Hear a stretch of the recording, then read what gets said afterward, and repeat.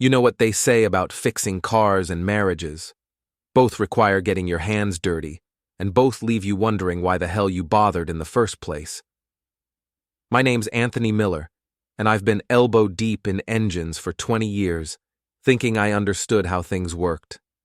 Turns out, I didn't know jack about what was brewing under my own hood. Before we dive deeper into this story, I have one small request. Please subscribe, drop a like, comment, and hit that hype button to boost this channel so more people can discover these incredible Reddit stories. It started on a Tuesday morning when I found my wife Brooke's phone buzzing on the kitchen counter. The screen lit up with a text from someone named Kyle. "Can't wait to see you tonight, beautiful." The usual place. Now, I'm not the jealous type. Hell, I barely had time to be suspicious between running Miller's auto shop and trying to keep our marriage from completely falling apart. But something about that message made my coffee taste like motor oil. Brooke walked into the kitchen wearing that red dress I bought her for our anniversary 2 years ago. She looked good, too good for a Tuesday at the department store where she managed the women's clothing section. "Morning, babe," she said, not meeting my eyes as she grabbed her phone. Her fingers moved quickly across the screen, deleting something. "Who's Kyle?" I asked, keeping my voice casual while I sipped my coffee. She froze for just a second, the kind of pause that tells you everything you need to know. "Kyle? Oh, he's just this guy who does security for the mall. Why?" "Just curious. Seemed like he was pretty eager to see you tonight." Brooke's laugh sounded forced, like a car engine trying to turn over on a cold morning. "Anthony, you're being paranoid. He was probably texting about some security issue at the store." Right. Because mall security always calls their contacts beautiful when discussing shoplifters.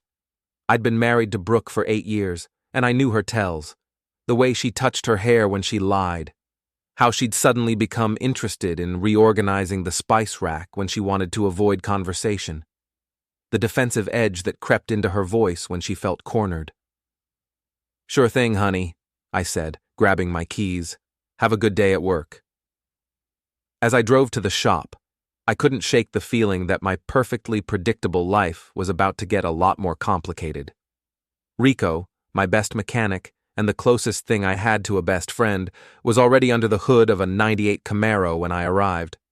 "Morning, boss," he called out, his voice echoing from inside the engine compartment. "This piece of junk's gonna need a whole new transmission. Owner's gonna love that news." "Yeah, well, sometimes things break down when you least expect it," I muttered, thinking about more than just cars. The morning passed in a blur of oil changes and brake repairs.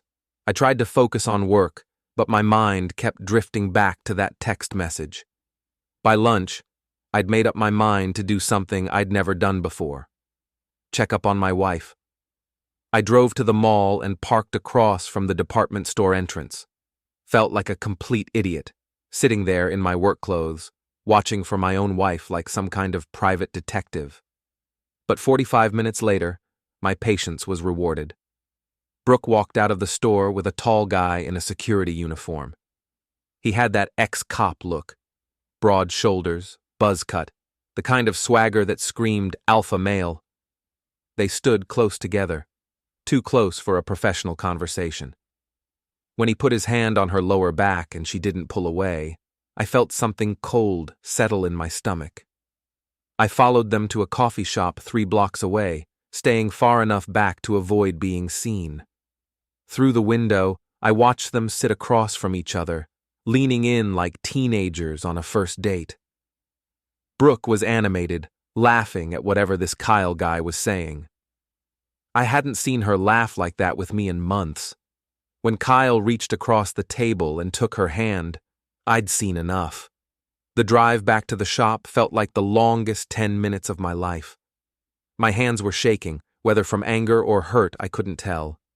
Rico took one look at my face when I walked in and wisely kept his mouth shut. That evening, Brooke announced she was going out with her friend Jenna for girls' night. "We're just going to grab dinner and maybe see a movie," she said, already heading for the door. "Don't wait up." I spent the night nursing a beer and staring at the ceiling, wondering how long this had been going on. How many girls' nights had actually been dates with Kyle? How many times had I been played for a fool? The next morning brought answers I wasn't prepared for. I woke up to an empty bed and the sound of Brooke's phone buzzing on her nightstand. She was in the shower, humming some song I didn't recognize. The phone buzzed again, and curiosity got the better of me. The messages were from Kyle. "Last night was incredible. When can we do it again?" Followed by, "I can't stop thinking about you." My hands were steady as I scrolled through their conversation history. 3 months of messages. 3 months of, "I miss you," and "can't wait to hold you," and details about their encounters that made my stomach turn. But it wasn't just the affair that got to me. It was what they said about me. Kyle, "When are you going to leave that loser mechanic?" Brooke, "Soon. I just need to figure out the finances first. Anthony's not as dumb as he looks." Kyle, "Guy probably can't even satisfy you. Not like a real man." Brooke, "Trust me, he can't. I've been faking it for years." I set the phone back down carefully, my face burning with humiliation and rage. The shower was still running, Brooke still humming her happy little tune while my world crumbled around me. But as I sat there, something shifted inside me. The hurt was still there, but it was being overshadowed by something else, a cold, calculating anger that surprised me with its intensity. If Brooke wanted to play games, I could play too. And after 20 years of fixing things that seemed impossible to repair, I had patience she couldn't imagine. I got dressed and left for work without saying goodbye. At the shop, Rico immediately noticed my mood. "Boss, you look like someone ran over your dog. What's going on?" I told him everything. Rico listened without interrupting, occasionally shaking his head or muttering Spanish curse words under his breath. "So what are you gonna do?" he asked when I finished. "I'm going to be smart about this," I said. "Brooke thinks I'm just some dumb mechanic who doesn't know what's going on. Let her keep thinking that while I figure out my next move. You want my advice? Document everything, get proof, and whatever you do, don't let them know you're onto them." That afternoon, I made 2 stops. First, to an electronics store where I bought a small digital recorder. Second, to a lawyer's office where I had a consultation about divorce proceedings in our state. The lawyer, a sharp woman named Patricia Wells, was blunt about my situation. "If you can prove adultery, it strengthens your position significantly. But you need solid evidence, not just text messages that could be explained away." "What kind of evidence?" "Photos, recordings, witnesses, something that makes it clear their relationship involves more than friendship. And whatever you do, don't do anything that could be construed as harassment or stalking. Stay on the right side of the law." That evening, Brooke came home acting like nothing had happened. She kissed my cheek and asked about my day, the picture of domestic innocence. I played along, matching her casual tone while my recorder captured every word. "How was girls' night?" I asked. "Oh, you know how it is with Jenna. She talked my ear off about her latest dating disaster. We ended up staying out way too late." Lie number 1, documented. "Where did you go?" "That new Italian place downtown. Then we caught the late showing of that romantic comedy she wanted to see." Lie number 2. I'd driven by the Italian place around 9. Brooke's car wasn't there. Over the next week, I became a different person. By day, I was the same Anthony, fixing cars, joking with Rico, coming home to dinner and small talk with my wife. But underneath, I was building a case against her with the methodical precision I used to diagnose engine problems. I followed her twice more, confirming that her girls' nights were actually meetings with Kyle. I installed a GPS tracker on her car, legally, since both our names were on the title. I documented every lie, every suspicious phone call, every time she claimed to be somewhere she wasn't. But the real breakthrough came when I overheard a conversation between Brooke and her friend Jenna at our local bar, The Wrench. I was in the back room playing pool when they sat at a table near the doorway, apparently thinking they had privacy. So, how long has this been going on with Kyle? Jenna asked. About 3 months, Brooke replied. God, Jenna, I forgot what it was like to be with a real man. Anthony's so predictable. Kyle makes me feel alive again. What about Anthony? He's a good guy, Brooke. He worships you. Brooke laughed, and the sound cut through me like a blade. Anthony's safe.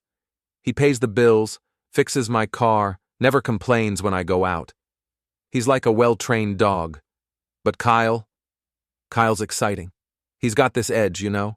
Like he could protect me from anything. Are you going to leave Anthony? Eventually. Kyle wants me to, but I need to be smart about it. Anthony's got the business, the house. I need to make sure I get my fair share. I stood there in the shadows, recorder running, listening to my wife plan my destruction with clinical detachment. When they finally left, I sat at the bar and ordered a whiskey, my hands surprisingly steady.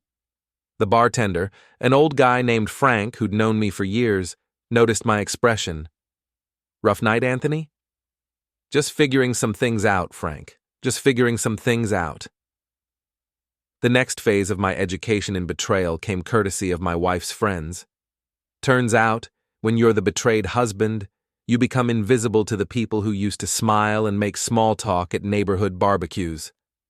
Suddenly, everyone had somewhere else to be when I showed up.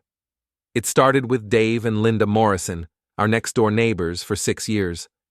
I was working in my garage on a Saturday morning when Dave walked over with a beer in his hand and an uncomfortable expression on his face. Hey, Anthony, he said, not quite meeting my eyes. Linda and I were talking, and we think it might be better if you didn't come to the block party next weekend. I set down my wrench and looked at him. Why's that, Dave? Well, with everything that's going on between you and Brooke. He trailed off, taking a long sip of his beer. What exactly is going on between me and Brooke? Dave shifted uncomfortably. Look, man, we don't want to take sides, but Brooke's been talking to Linda about how unhappy she is. She says you've been controlling and jealous lately, making accusations. I almost laughed. Brooke was already working the narrative, painting herself as the victim before I'd even made a move. Controlling how? She said you've been checking up on her, following her around, accusing her of cheating. That's not cool, Anthony. Linda's pretty upset about it. And you believe her? Dave looked away. I don't know what to believe. But if my wife was scared of me, I'd want people to support her. That was the moment I realized Brooke wasn't just cheating on me. She was systematically destroying my reputation to cover her tracks. By the time I figured out what was happening, she'd already turned half the neighborhood against me. The pattern repeated itself over the next 2 weeks. Tom and Sarah from down the street suddenly became too busy to chat when I was getting my mail. Mike Patterson, who'd been coming to me for car repairs for 5 years, took his Honda to the dealership instead. Even Rico's wife, Maria, started giving me strange looks when she brought lunch to the shop. The breaking point came when I ran into my old friend Jake Henley at the hardware store. Jake and I had been buddies since high school, but when I approached him in the paint aisle, he actually stepped back. Jake, what's going on? You've been avoiding my calls. He looked around nervously, like he was afraid someone might see us talking. Anthony, I heard about what you did to Brooke. That's messed up, man. What I did to Brooke? What are you talking about? The stalking thing, following her around, making threats. Dude, that's not okay. My temper finally snapped. Threats? Jake, what threats? When have I ever threatened anyone?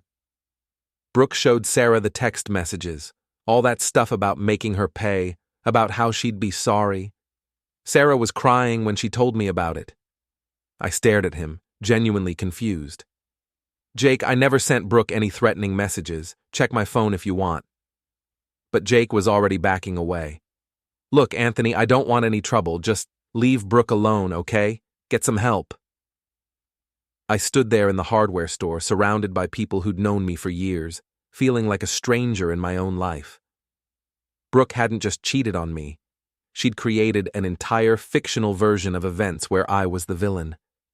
That night, I confronted her directly. "We need to talk," I said when she came home from another girls' night. She looked wary. "About what?" "About the lies you've been telling our friends, about the text messages you claim I sent." Brooke's face went pale, but she recovered quickly. "I don't know what you're talking about. Jake Henley thinks I've been threatening you. Dave Morrison thinks I'm controlling and jealous.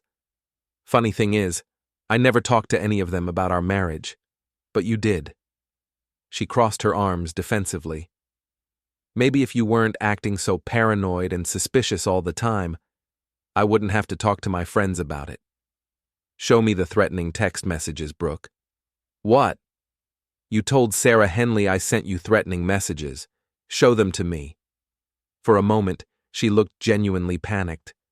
Then her expression hardened. "I deleted them. I was too scared to keep them." "How convenient." "Anthony, you're scaring me right now.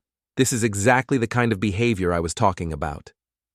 I looked at my wife, really looked at her, and saw a stranger, someone who could lie to my face while simultaneously playing the victim to our friends, someone who'd been planning to destroy me while I was still trying to save our marriage. "You're right, Brooke. I have been acting differently lately. Want to know why?" She didn't answer, but I could see the fear in her eyes. "Because I know about Kyle." The color drained from her face completely. For a long moment, neither of us spoke. "I don't know what you think you know," she finally whispered. "I know you've been meeting him for 3 months. I know you told him I can't satisfy you like a real man. I know you've been planning to leave me once you figure out how to get your hands on my assets." Brooke sank into a chair, her carefully constructed facade finally cracking. "Anthony, I can explain." "No need.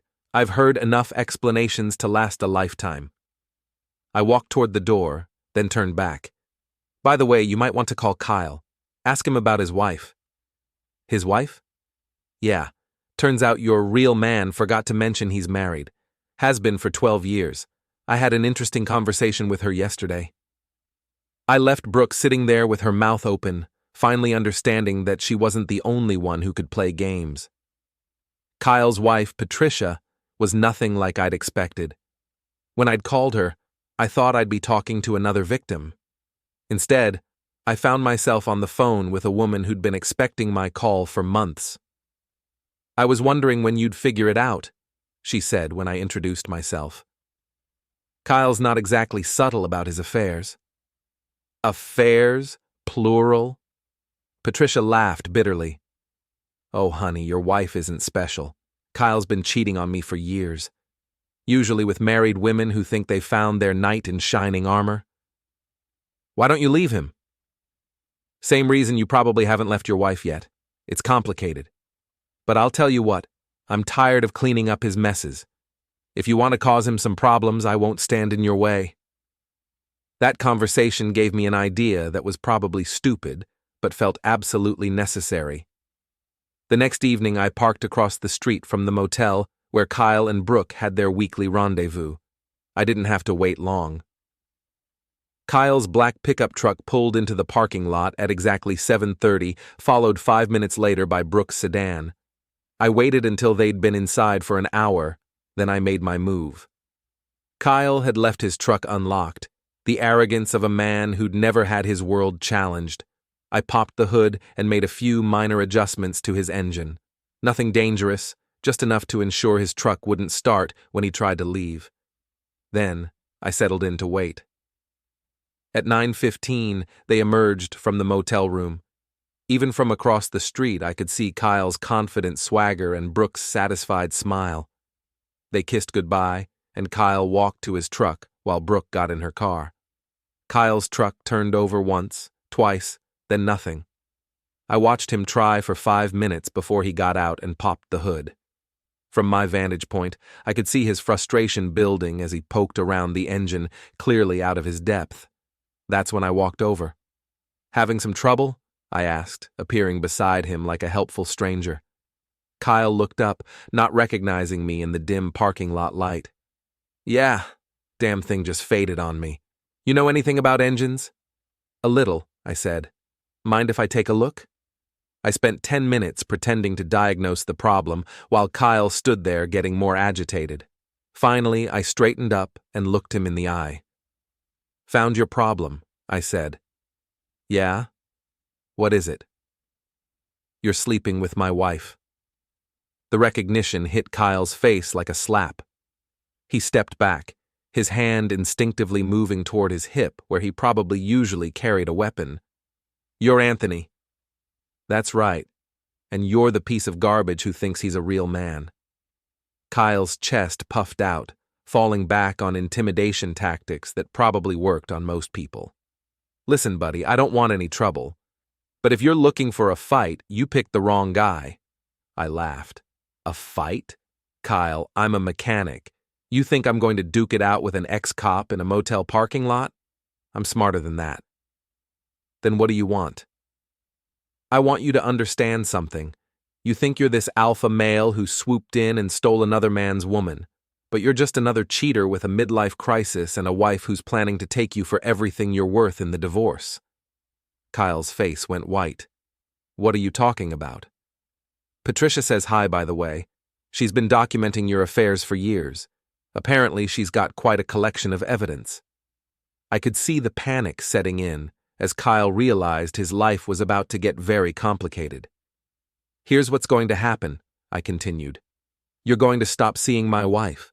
You're going to tell her you're not interested anymore, and you're going to do it tonight. And if I don't? I smiled and reached into the engine compartment, reconnecting the wires I'd disconnected earlier. The truck started immediately. If you don't, Patricia's lawyer gets a very interesting package of photos and documents tomorrow morning. Your choice. Kyle stood there for a long moment, clearly weighing his options. Finally, his shoulders sagged in defeat. Fine.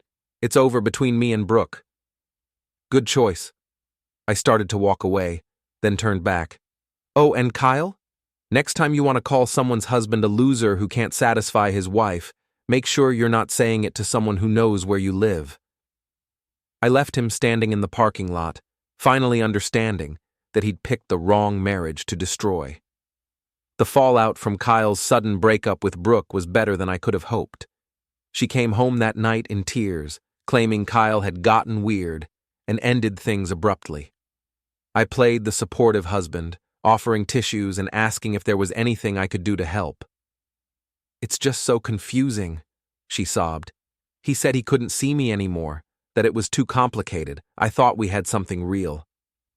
I'm sorry, honey. That must be really hard. She looked at me with something that might have been guilt. Anthony, I need to tell you something. For a moment, I thought she was actually going to confess. Instead, she doubled down on her lies. I've been thinking about us, about our marriage.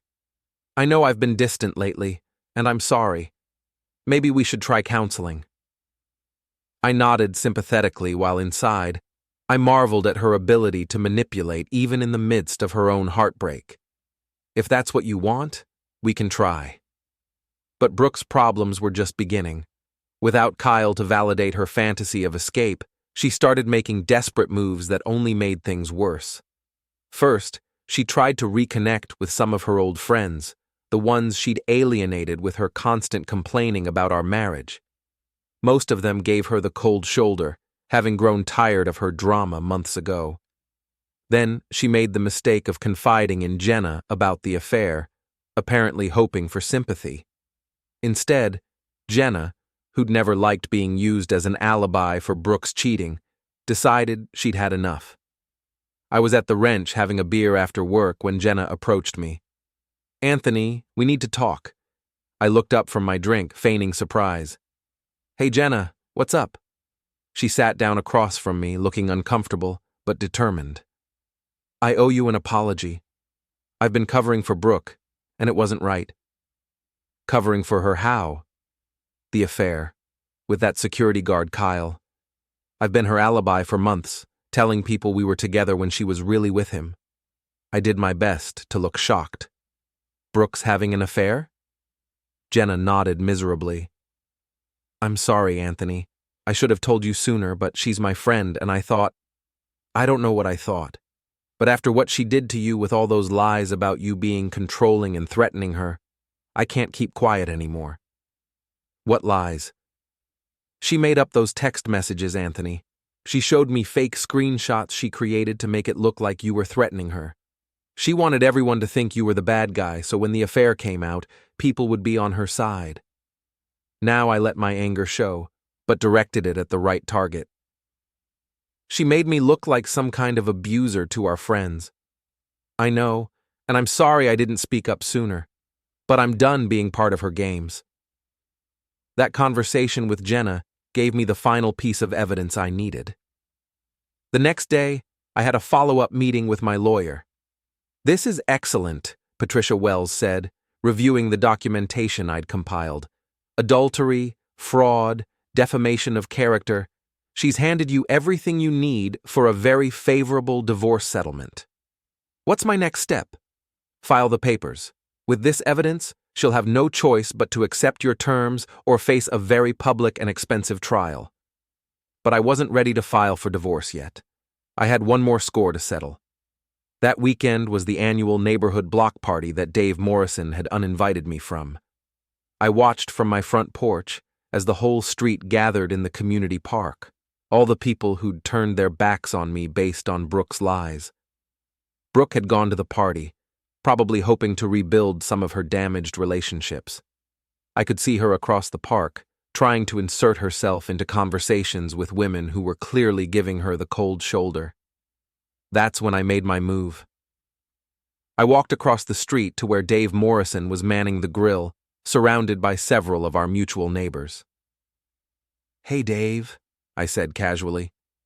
The conversation stopped. Everyone looked uncomfortable, clearly not expecting me to show up. "Anthony?" Dave said stiffly. "I thought we talked about this." "We did.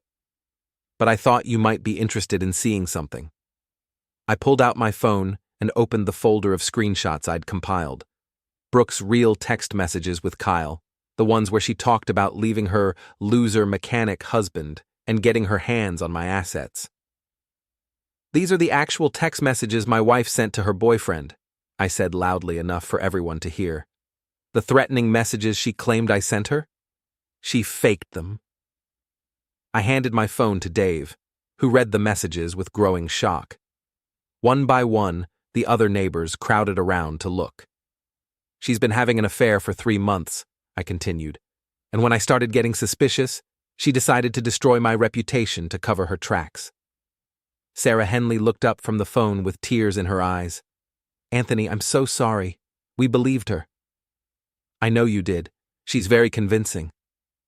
By now, people across the park were starting to notice the commotion. I could see Brooke looking our way, probably wondering why everyone was suddenly staring at their phones and then looking at her. Dave handed my phone back with a sick expression. "Jesus, Anthony, we screwed up big time." "Yes, you did." The crowd around the grill was growing as people shared the screenshots and the story spread. Within minutes, the entire block party knew the truth about Brooke's affair and her lies about me. I watched my wife realize what was happening. She tried to approach a few people, probably hoping to do damage control, but everyone turned away from her. Finally, she walked quickly back to our house, her face burning with humiliation. I stayed at the block party for another hour, accepting apologies and watching my reputation rehabilitate itself in real time. By the time I went home, Brooke was packing a suitcase. "Where are you going?" I asked. "My mother's," she said without looking at me. "I can't stay here." "Probably for the best." She stopped packing and turned to face me. "How did you do it? How did you turn everyone against me?" I smiled. "I didn't turn anyone against you, Brooke. I just stopped letting you turn them against me." She left that night, and I haven't seen her since. The divorce papers were filed on a Monday morning in October, 3 months after Brooke moved out. My lawyer had warned me that even with all the evidence we had, the process could take months and get ugly. She was right about the timeline, but wrong about it getting ugly. Brooke's lawyer took one look at the documentation we'd compiled and advised her to settle quickly and quietly. The fake text messages, the affair, the systematic defamation of my character, it all added up to a case she couldn't win. But the real satisfaction came from watching the natural consequences of her actions play out. Kyle's wife, Patricia, had indeed filed for divorce, taking him for half of everything he owned. His security company dropped him when word of his affairs got around. Apparently, cheating on your wife doesn't inspire confidence in your character among potential clients. Last I heard, he was working as a night security guard at a warehouse, living in a studio apartment and paying alimony to a woman who'd finally had enough of his games. Brooke's reputation in our social circle never recovered. The friends she'd manipulated with her lies felt used and betrayed. Her job at the department store became uncomfortable when her co-workers learned about the affair and the fake text messages.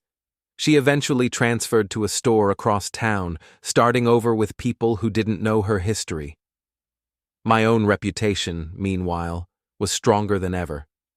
The neighbors who'd shunned me based on Brooke's lies went out of their way to make amends. Dave Morrison brought me a case of beer and spent an hour apologizing on his front porch. Sarah Henley baked me cookies and cried while telling me how sorry she was for believing the lies.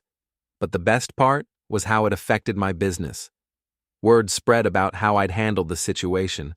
Smart, methodical, never losing my temper or doing anything illegal. People respected that. They started bringing me their cars not just because I was a good mechanic, but because I was someone they could trust. Rico noticed the change immediately. "Boss, we're booked solid for the next 6 weeks. I'm gonna have to start turning people away." "Good problem to have," I said, looking over the appointment book. "You know what I think? I think people like seeing a good guy win for once. Usually, it's the cheaters and liars who come out ahead. But you played it smart, and now everyone knows it." The divorce was finalized on a cold December morning. I sat in the courthouse listening to the judge approve our settlement agreement, officially ending 8 years of marriage. Brooke got some money and her car. I kept the house, the business, and most of our assets. When it was over, Brooke's lawyer shook hands with Patricia Wells and muttered something about his client being lucky to get what she got. Brooke herself looked smaller somehow, diminished by the consequences of her choices. As we walked out of the courthouse, she stopped me in the hallway. "Anthony, I want you to know I'm sorry. For all of it." I looked at her, this woman I'd loved and trusted for 8 years, and felt nothing but indifference. "I know you are, Brooke, but sorry doesn't fix anything. Is there any chance, could we maybe try to be friends someday?" I thought about that question for a moment. You know what the difference is between a broken marriage and a broken engine? She looked confused. What? When an engine breaks down, it's usually because someone didn't take care of it properly. But you can rebuild it, make it better than new if you're willing to put in the work. A broken marriage is different. Once the trust is gone, once someone's shown you who they really are, there's no rebuilding that. I walked away, leaving her standing in the courthouse hallway. That night, I sat in my garage working on a 1967 Mustang I'd bought as a project car. The engine was completely shot when I got it, but I could see the potential underneath all the damage. With time and patience and the right parts, it would run like new again. Rico stopped by around 8 with a 6-pack of beer and an update on his own life. His wife Maria was pregnant with their second child, and he was thinking about buying a house. "You know what, boss? Watching you handle all this drama made me realize how good I have it. Maria and I, we fight sometimes, but we're honest with each other. That's worth more than anything." "It is," I agreed. "Honesty's like oil in an engine. Without it, everything breaks down." We drank our beers and worked on the Mustang, talking about carburetors and compression ratios and all the simple, fixable problems that made sense in a world that often didn't. Around 10 o'clock, my phone buzzed with a text message. For a split second, I wondered if it might be Brooke, but the number was unfamiliar. "Hi, this is Jennifer from the coffee shop downtown. Dave Morrison gave me your number. I hope that's okay. I heard about your divorce and wanted to say, I'm sorry you went through all that. If you ever want to grab coffee and talk to someone who doesn't know the whole story, I'd like that. No pressure. Jen." I looked at the message for a long moment, then showed it to Rico. "You gonna text her back?" he asked. "Maybe. Not tonight, though. Tonight I'm working on this engine." "Good plan, boss. Engines don't lie to you." "No, they don't. When something's wrong, they tell you exactly what the problem is, and when you fix it right, they run perfectly." I finished adjusting the carburetor and turned the key. The Mustang's engine roared to life, smooth and powerful and honest. Rico grinned. "Sounds like it's ready for the road." "Yeah," I said, listening to the perfect rhythm of pistons and valves working in harmony. "It is." 6 months later, I ran into Brooke at the grocery store. She was with a guy I didn't recognize, someone who looked tired and wary, like he was already learning what I'd taken 8 years to figure out. She saw me but didn't approach, just gave a small wave that I didn't return. I was with Jennifer, the woman from the coffee shop who'd become a regular part of my life. She was funny and honest, and had never once lied to me about where she was going or who she was with. She made me remember what it felt like to trust someone. "Was that your ex-wife?" Jennifer asked as we walked past. "Yeah. She looks unhappy." I thought about that as we loaded groceries into my truck. Brooke did look unhappy, but more than that, she looked like someone who was still making the same mistakes, still looking for something outside herself to fill whatever emptiness drove her to destroy good things. "Some people never learn," I said, finally. Jennifer squeezed my hand. "Their loss." That evening, I was in the garage working on a customer's transmission when my phone rang. It was Dave Morrison. "Anthony, I hate to bother you, but I'm having car trouble. Engine's making this weird noise and my regular mechanic can't see me until next week." "Bring it over," I said. "I'll take a look." 20 minutes later, Dave pulled into my driveway in his Honda Civic, the engine making a rattling sound that I recognized immediately. "When's the last time you changed the oil?" I asked. Dave looked embarrassed. "Honestly, I can't remember. It's been a while." I popped the hood and checked the dipstick. The oil was black as coffee and thick as syrup. "Dave, you're lucky this engine didn't seize up completely. When's the last time you checked the oil level?" I didn't know I was supposed to. I spent the next hour changing Dave's oil and explaining basic car maintenance while he watched and asked questions. When I was done, the Honda purged like a kitten. "How much do I owe you?" Dave asked, reaching for his wallet. "Nothing. Just promise me you'll check the oil every month and change it every 5,000 miles. "Anthony, I can't let you do this for free. Not after, everything that happened." I looked at my neighbor, this guy who'd believed lies about me and uninvited me from a block party, who was now standing in my garage looking genuinely grateful for my help. "Dave, you made a mistake. You believed someone you trusted, and she lied to you. That doesn't make you a bad person. It makes you human. Still, I feel terrible about how we treated you." "Then don't do it again. Next time someone tells you something that doesn't sound right, ask questions. Get the whole story." Dave nodded. "I will. And Anthony, if you ever need anything at all, you just let me know." After he left, I stood in my garage looking at my tools, my workbench, the various projects in different stages of completion. This was my world, a place where problems had solutions, where hard work and knowledge and patience could fix almost anything. My phone buzzed with another text from Jennifer. "Dinner tomorrow? I'm making lasagna."